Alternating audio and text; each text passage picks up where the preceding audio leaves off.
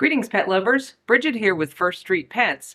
And today we're going to talk about 3 ways you can use QR codes to help find your lost pet.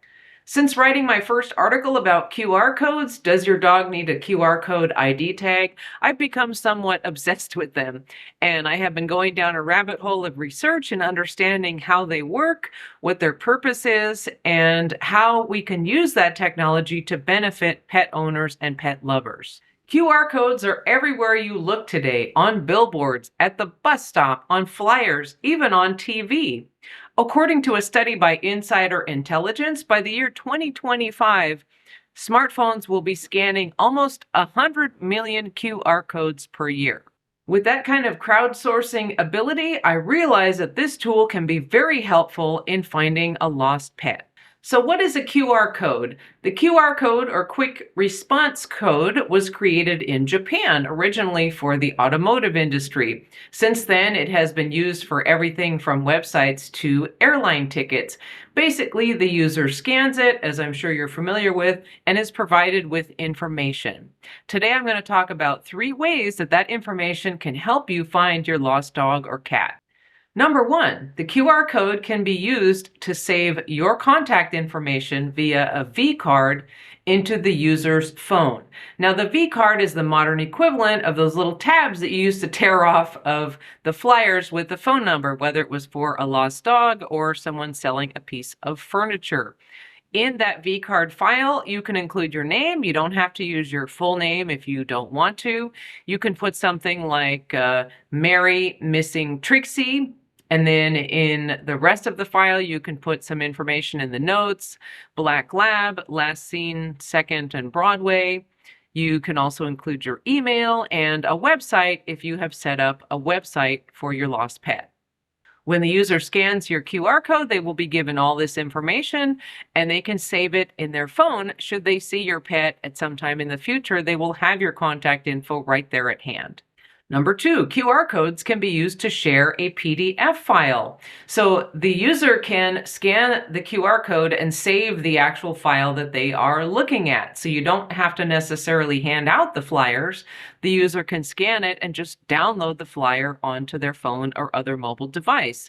This way they will have all the information at hand, the pictures, your contact info, the last seen information. So if they get any information about your pet later, they can go back in their phone, access that information, and give you a call. This is important because many people see lost pet signs and maybe they mean well, but later, if they think they might have seen your pet, they didn't get the information and they don't remember where they saw the sign. So you've lost that person's ability to help you.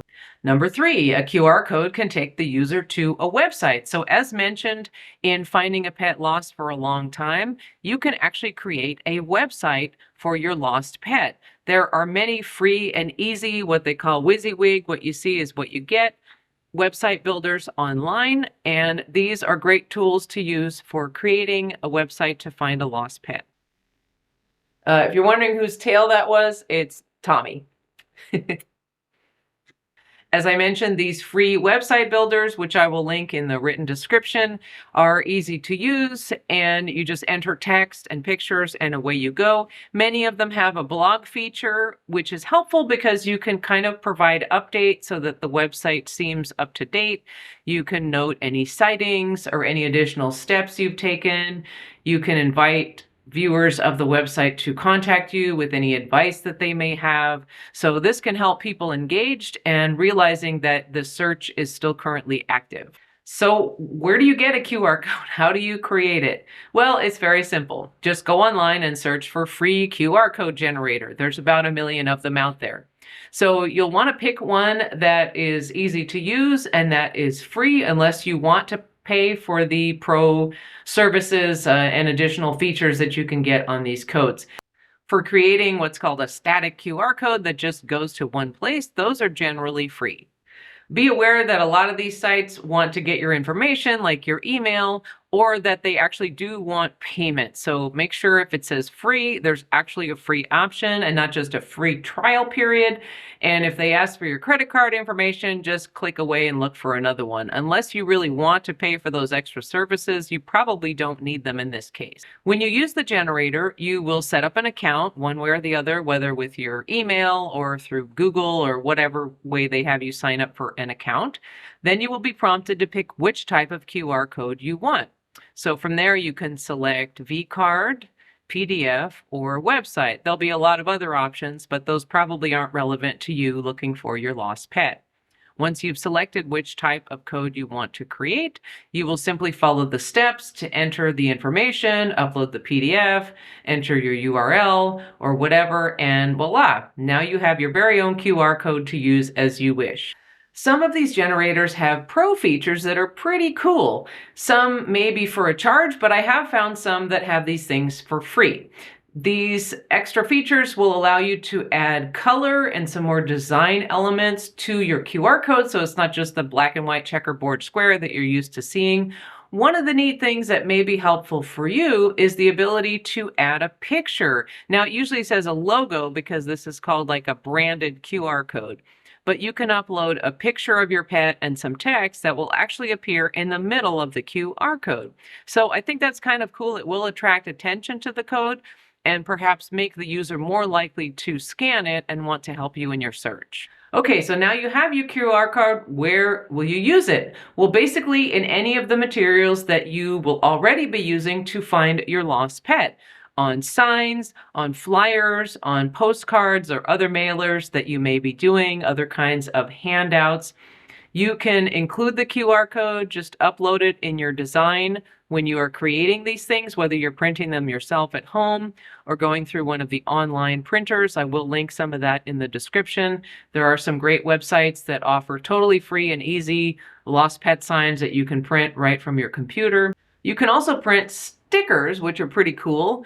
I decided to print these for my business because I had already created signage that I really liked, but I wanted to add a QR code element. So instead, I ordered stickers and just added them to the signage I already had. So let's say you've already printed signs, flyers, mailers, whatever, and you don't necessarily want to reprint those. You can just order some stickers, and they're very easy to find on Amazon or through a local print shop.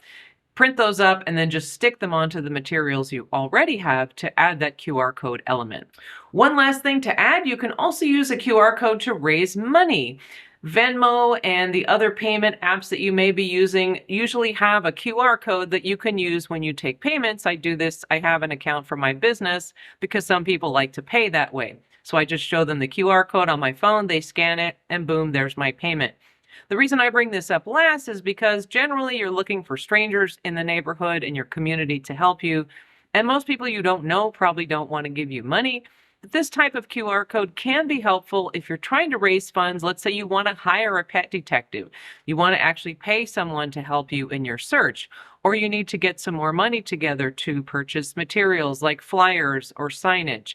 And so you're kind of doing a fundraising. This can be helpful if you're doing an online campaign, say on social media or an email with friends, acquaintances, other people in animal care and welfare who may know you and who may want to support you in your campaign. I hope this has been helpful. Please be sure to check out all my other content on finding a lost dog or cat, and thank you for watching.